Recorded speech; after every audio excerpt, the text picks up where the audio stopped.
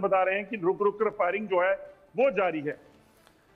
अजय, लेकिन ये एक दोहरी चुनौती, दोहरे मोर्चे पर पाकिस्तानी सेना मात खा रही है एक तरह से, और ये बहुत बड़ी चुनौती।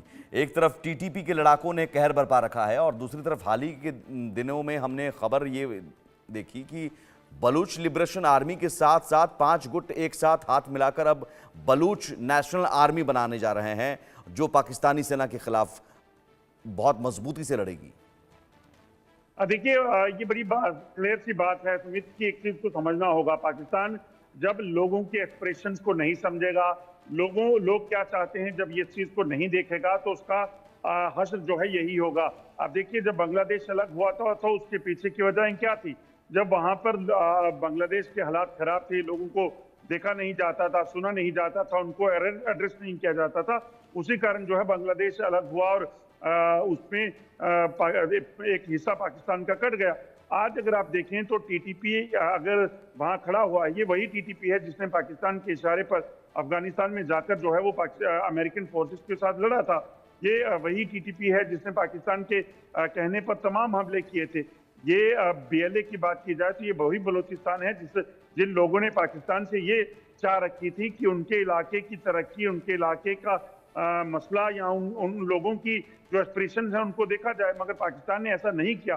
पाकिस्तान ये इतिहास बताता है कि कैसे पाकिस्तान सिर्फ चीजों को कब्जाता है और उसके बाद उन पर अमल नहीं करता, उनकी गौर नहीं करता। यही वजह है कि ये दोनों इलाके, आप टीटीपी के खैबर पख्तूनख्वा का इलाका और बलूचिस्तान में का इलाका जो है, ये दोनों भी इसी तरह से कटने वाले हैं।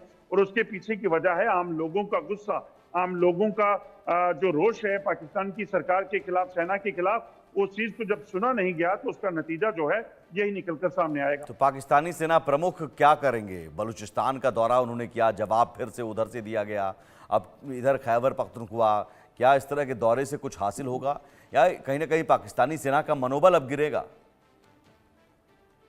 देखिए, जब आसिफ मुनीर ने वहां का दौरा किया था तो उसके पीछे की वजह थी, वहां पर जब टीटीपी ने निशाना बनाया, बलूचिस्तान में बड़े हमले हुए, तो लोगों ने, जो पाकिस्तानी सैनिक थे, उन्होंने अपनी नौकरियों को छोड़ना शुरू किया, इस्तीफे देना शुरू किए, क्योंकि उनको धमकी मिली थी कि आप अगर पाकिस्तानी सेना में रहेंगे तो आपके घर वालों को आपको निशाना बनाया जाएगा।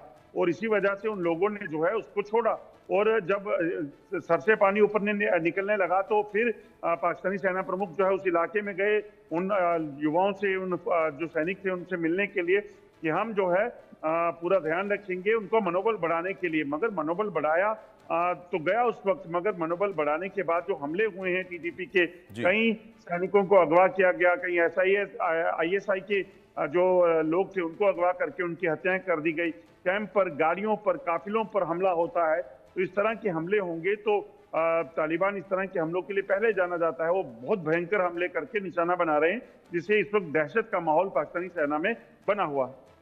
बिल्कुल, आप अजय बने रहिए हमारे साथ। तो ये बड़ी खबर, बन्नू कैंट में अभी भी फायरिंग चल रही है। पाकिस्तान के बन्नू कैंट में 3 आत्मघाती हमले हुए हैं, 9 लोगों की मौत हुई है, 16 लोगों की हालत अभी भी गंभीर बनी हुई है।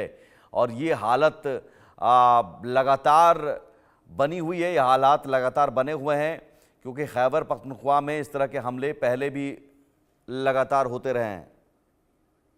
जमीर अली हमारे साथ जुड़ गए हैं पाकिस्तान से, वरिष्ठ पत्रकार। जमीर साहब, इस हमले को लेकर अपडेट क्या है? जी बिल्कुल, आज अफसोसनाक एक बार दोबारा से ये वाक़या हुआ है जिसमें जो आपघाती हमलावर थे उन्होंने बन्नू कैंट को निशाना बनाने की कोशिश की, ताहम उससे पहले फोर्सेस की जानिब से उनको घेर लिया गया है, जिसके नतीजे में 3 जो खुदकुश बमबार थे वो तो मारे गए हैं, जबकि उसके अलावा तकरीबन उनके बारे में कहा जाता है कि 12 के करीब ये लोग थे, जिनमें से बाकियों के साथ फायरिंग का सिलसिला जारी है। अराउंड अबाउट 9 के करीब लोग ऐसे हैं जो कि इसमें मारे जा चुके हैं, जबकि बाकियों के खिलाफ इस वक्त भी ऑपरेशन जारी है। तो बन्नू का इलाका इस वक्त दहशतगर्दों के निशाने पर है, जहां पर पाक फौज की जानिब से उनके खिलाफ कार्रवाई की जा रही है। इस वक्त उन तमाम दहशतगर्दों को घेरे में लिया हुआ है, ताहम अभी तक फायरिंग का सिलसिला जारी है। इसको तकरीबन अराउंड अबाउट 1 घंटे से या 2 घंटे तकरीबन हो चुके हैं कि ये आपघाती हमला हुआ था। उसके बाद फिर वहां पर उन लोगों के खिलाफ ऑपरेशंस किए जा रहे हैं, क्योंकि इन तमाम इलाकों की अगर हम मौजूदा हालात में ऑपरेशंस को नजर में देखते हैं तो ऑपरेशंस वहां पर किए जा रहे हैं इंटेलिजेंस बेस्ड ऑपरेशंस। ये 12 हमलावर थे जिनके बारे में कहा जा रहा है, उनमें से एक ने तो पहले ही खुद को धमाके से उड़ा दिया था। उसके बाद फोर्सेस ने 2 को निशाना बनाया जो कि मारे गए इसमें। ताम उसके बाद फिर बाकी जो हमलावर थे जी उनकी जानिब से जवाबी फायरिंग की गई, और उस जवाबी फायरिंग के बाद फौज की जानिब से भी उनके खिलाफ फायरिंग की गई, जिसमें अराउंड अबाउट कोई 5 से 8 मजीद लोग मारे गए हैं। तो इस वक्त 9 के करीब लोगों के मारे जाने की इतलात है। इसमें 8 के करीब बताया जा रहा है दहशतगर्द है। ताहम इसकी कुछ तफसीलात अभी आना बाकी हैं। ताहम कुछ लोग इसमें जख्मी हैं। जख्मियों की कोई प्रॉपर तादाद तो नहीं बताई गई, लेकिन फायरिंग के तबादले में जख्मी हुए कुछ लोग, इसके हवाले से इतलात हैं। बन्नू की जो इंतजामिया है उसकी जानिब से कहा जा रहा है कि ये वो खुद के बम्बार थे जो कि जब अफ्तारी और उसका टाइम होता है तो उस टाइम पे क्योंकि मामला ज़रा रिलैक्स होते हैं, लोग जी अफ्तारी के लिए घरों को चले जाते हैं, तो इस ठीक है। टाइम पे वो किसी जगह को निशाना बनाना चाहते थे, जिसमें ज़्यादा इम्कान इस बात का है कि वो बन्नू कैंट को निशाना बनाना चाह रहे थे। ताहम बन्नू कैंट को निशाना बनाने से पहले ही वो फोर्सेस का निशाना बन गए, जिसमें एक खुद के बम्बार ने खुद को उड़ा चलिए, दिया आप था, भी जबकि कह रहे हैं कि 9 को लोगों की मौत हुई है और फोर्सेस 16 की लोग जानिब गंभीर से रूप जो से अभी ऑपरेशन भी किया गया घायल हैं। और यकीनन ये पाकिस्तान के लिए, पाकिस्तानी सेना के लिए बहुत बड़ी टेंशन। बहुत शुक्रिया आपका अजय, और बहुत शुक्रिया जमीर अली साहब, आपका भी बहुत शुक्रिया तमाम जानकारी के लिए। छोटा सा ब्रेक लेंगे, ब्रेक के उस पार भी खबरें लगातार जारी हैं।